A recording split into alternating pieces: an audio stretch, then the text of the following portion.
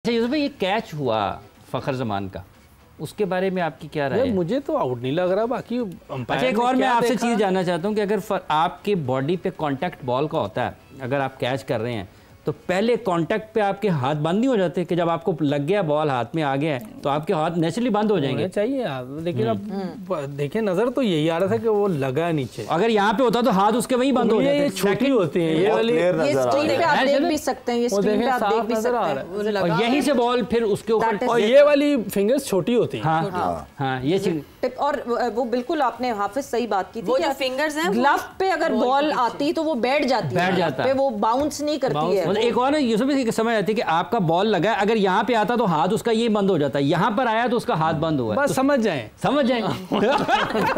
एक गलत decision start of, because जिस तरह फखर ने स्टार्ट किया था, it was a very good start from Fakhar as well.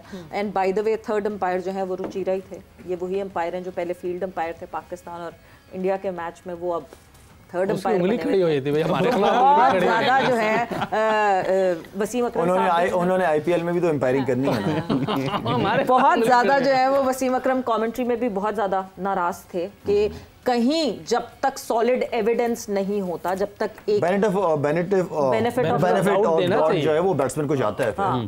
और वो इतने ज्यादा एंगल्स भी कट नहीं किया उन्होंने, एक दो मरतबा किया, लेकिन ये तो लगा हुआ था यार, लगा था बॉल नीचे। हमारा मेन प्लेयर वो शुरू हुआ था, 3 चौके उसने मार दिए हुए थे, निकल पहले ओवर में पहली बॉल भी निकल गया वो उसको, वर्ल्ड क्लास बॉलर को, बुमराह को। हाँ, तो आप देखें ना कि ये आउट देना हो उनके लिए फिर क्या होगा। अच्छा जैसे अभी शाहिद साहब ने कहा कि 2026 तक एक टीम है ऑस्ट्रेलिया, उनके ओपनर्स को पता है कि उन्होंने ओपन करनी है वहाँ तक। हमारे यहाँ एक ये भी मसला है, आपने भी कहा कि टीम बदलनी नहीं चाहिए, उन्होंने 2026 तक कह दिया कि आपने ओपन करना है।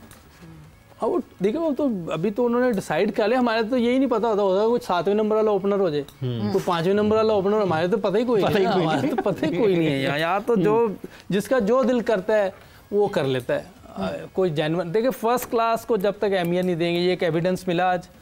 मैं ये चाहता हूँ कि हमारा साइम, हसन नवाज और जो मोहम्मद हारिस है, इनको फर्स्ट क्लास के ज़रिए फ्लरिश किया जाए, इनको इनके टैलेंट को अब ज़ाया ना किया जाए। नहीं तो अगर हमने इनके साथ ये ना किया तो कल हम फिर बैठ के ये कहेंगे पाकिस्तान में टैलेंट नहीं है जी। तो लेकिन अगर आप अभी से इन पे काम कर लेंगे, इनको फर्स्ट क्लास क्रिकेट खिलाएं, मेरी तो वैसे राय सबको खेलनी चाहिए, लेकिन ये 3 लड़के ऐसे हैं जिनको पूरा फ्लरिश करना चाहिए फर्स्ट क्लास क्रिकेट। आगे फ्यूचर है हमारा, ये तीनों यंग है, अभी 20, 21, 22 साल के होंगे, तो इन पे पूरा काम करना चाहिए अच्छे तरीके से, ताकि ये आगे में जो अभी हो रहा है इसको तब आप वापस नहीं आ, लेकिन आगे जो कर सकते हैं हम बेहतर, उस पे बात। ये पूरी दुनिया में टीमें बुरा खेलती हैं, लेकिन वो कोशिश कर रही होती है पीछे बेहतरी की, नीचे लेवल पे अपनी टीम को बेहतर करें ताकि आगे लड़के अच्छे आए। अभिषेक शर्मा नीचे से आया है ना, एकदम ऊपर से कहीं से तो नहीं आया।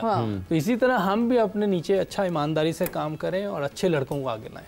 बिल्कुल, ज़्यादा जो है गेम टाइम जो है वो लॉन्गर फॉर्मेट का गेम टाइम देना चाहिए। लाला, but what was wrong with Abrar today? आज मतलब क्या, फास्ट बॉलर्स तो कर रहे हैं ना फास्ट बॉलिंग, तो क्यों हमारे स्पिनर्स को क्या मसला हो जाता है कि वो भी जो है तेज डालने लगते हैं बॉल? स्पिनर्स हमारे देखें, अगर इंडिया की बैटिंग लाइनअप की बात करें तो स्पिनर्स को मेरे ख्याल में इस वक्त वर्ल्ड में one of the best team कहूँगा कि स्पिनर्स को सबसे अच्छा खेलते हैं, क्योंकि उनके अपने डोमेस्टिक में स्पिनर्स इतने ज़्यादा हैं, ऊपर से वो सारे डोमेस्टिक क्रिकेट भी खेलते हैं, उनके बैट्समैन वगैरह अगर नेशनल ड्यूटी पे ना हो तो मेरे ख्याल में खेलते भी अच्छे हैं। दूसरा ये कि हमने उस कॉन्फिडेंस के साथ हमारे स्पिनर्स ने बॉलिंग इसलिए नहीं की क्योंकि उन्होंने आती अटैक की है। जब आप अटैक करते हो ना तो बॉलर के माइंड में आता है यार कि मुझसे चौका ना लग जाए, मुझे छक्का ना मार दे, तो वो अटैकिंग सोच जो है ना वो आपसे साइड पे हो जाए, फिर आप डिफेंसिव हो जाते हो।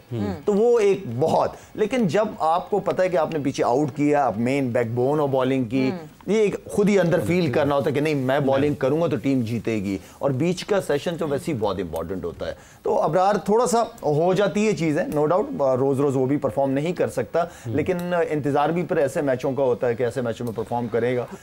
वो कॉन्फिडेंस नजर नहीं आया अबरार का जो नॉर्मली पिछले मैचों में हमने देखा। कॉन्फिडेंस ये भी एक अहम चीज़ है कि जब आप बड़ी टीम के या निस्बतन मजबूत या बेहतर टीम के खिलाफ जा रहे हैं तो आपने उनकी पोटेंशियल को देखते हुए अपने पोटेंशियल को, अपने टैलेंट को आगे रख के बॉलिंग करनी है।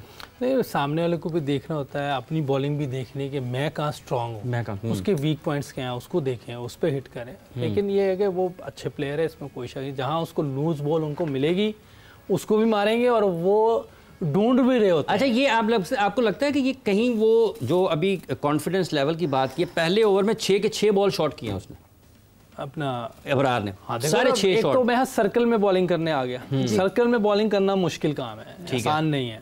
एक तो उसमें आया, इसलिए राशिद बॉलिंग नहीं करता सर्कल में। तो वो आया है, उसको डर होता है कि मैंने मुंह में की तो छक्का ना लग जाए, क्योंकि सारे फील्डर तो ऊपर हैं, तो इसलिए पीछे करने की करते हैं, शायद को पीछे जो फील्डर लिए होते हैं मिड विकेट लग जाए तो ठीक है, उसका चांस ले रहे होते हैं, क्योंकि ब्रेक तो हो नहीं रहा था, सीधा विकेट था, इसीलिए बॉलिंग मुश्किल हुई आज। जो मैं बात करता था, जब आएगी सीधी विकेट फिर पता देखना पड़ेगा बॉलिंग कितनी अच्छी बॉलिंग है। वैसे जब विकेट की यूसुफ आपने बात की, जिस तरह दोनों कैप्टन्स ने रीड की थी विकेट, वैसी थी वैसी नहीं थी, अच्छी थी आज, अच्छी थी। 200 रन बन रहे थे हमारे, बिल्कुल बन रहे थे हमारे 200 रन इजीली बन रहे थे। वो तो 6 ओवर जो बीच में हमने खेले उस वजह से हुआ पीछे, वरना देखें आज वही बैट्समैन खेल रहे हैं, थोड़ी बेहतर विकेट मिली, क्या बैटिंग की उन सब। तो इसीलिए मैं कहता हूँ कि बैट्समैनों को जज करना है तो थोड़ी बेटर विकेट पर जज करें। पिछले जितने भी मैचेस हुए उसमें हम जज कर रहे थे, वो ज्यादती कर रहे थे बैट्समैनों के साथ, क्योंकि वो मुश्किल थोड़ा, लेकिन लकी भी रहे हमारे बैट्समैन, बहुत लकी रहे। जिस तरह के कैचेस उन्होंने छोड़े हैं शुरू में ही, पहली बॉल से लेकर, चाहे वो साइम को या साहबजादा को, तो उस लिहाज से भी काफी लकी रहे हम लोग। काफी 4 ड्रॉप कैचेस जो हैं वो किए, ड्रॉप जो है इंडियन टीम ने, एक रन आउट जो है वो मिस किया, तो हाथ पांव तो फूले। हाँ, मैं बता रहा हूँ कितने नॉर्मल गेम है, बड़ा नॉर्मल गेम था, चेक करें नॉर्मल गेम में हाथ पांव फूले। उसकी अपनी हालत बुरी थी, उसको देखते हालत बुरी थी उसकी। वो तो उनका कह रहे लकी नंबर मिल गया उनको। क्या नाम है हमारे, हुसैन तलत लकी नंबर मिल गया, वरना आज मैच ले गए थे हम लोग। अच्छा, मैंने आपसे कहा था जब हर्ट होता है ना पाकिस्तान तो बहुत हार्ड आता है। बहुत अच्छी क्रिकेट खेली है पाकिस्तान के बैट्समैनों ने, जबरदस्त क्रिकेट खेली। मतलब जो हर्ट नहीं थे उन्होंने फिर पाकिस्तान टीम को हर्ट कर दिया। वही हर्ट नहीं थे ना, वो टीम में था ही नहीं, हुसैन तलत उस मैच में नहीं था, तो इसलिए वो हर्ट नहीं था। जो हर्ट थे फहीम ने देखो कितनी अच्छी बैटिंग की, विकेटें भी ले गया एक आधी। बिल्कुल, जो खेल रहा था वो हर्ट हुआ है। बट लेकिन एक चीज तो मुझे लग रहा है, एक चीज अभी तक क्लियर हो गई है मेरे माइंड में कि बॉलिंग हमारी स्ट्रेंथ नहीं है। क्योंकि एग्जैक्टली इस बात पे आने वाली थी, बिकॉज मैं इरम ब्रेक पे जा रहे हैं, और हम जब ब्रेक से जब हम वापस आएंगे तो इसी बारे में बात करेंगे, बिकॉज हम बात करते हैं कि बॉलिंग इज पाकिस्तान स्ट्रेंथ। और हैरत की बात यह है कि जिस वक्त बैटिंग हमारे पास कुछ बेहतर हो जाती है, बैटिंग अच्छी हो जाती है, उस वक्त बॉलर्स हमारी स्ट्रेंथ नहीं बन पाते, क्योंकि एट अ टाइम अगर बैटिंग अच्छी हो और बॉलर्स भी स्ट्रेंथ बन जाए तो शायद हमें ऐसे मैचेस में जीत मिल जाए। वक्त एक ब्रेक का हुआ है, ब्रेक पर जा रहे हैं, ब्रेक से वापस आएंगे तो गुफ्तगू को आगे बढ़ाएंगे।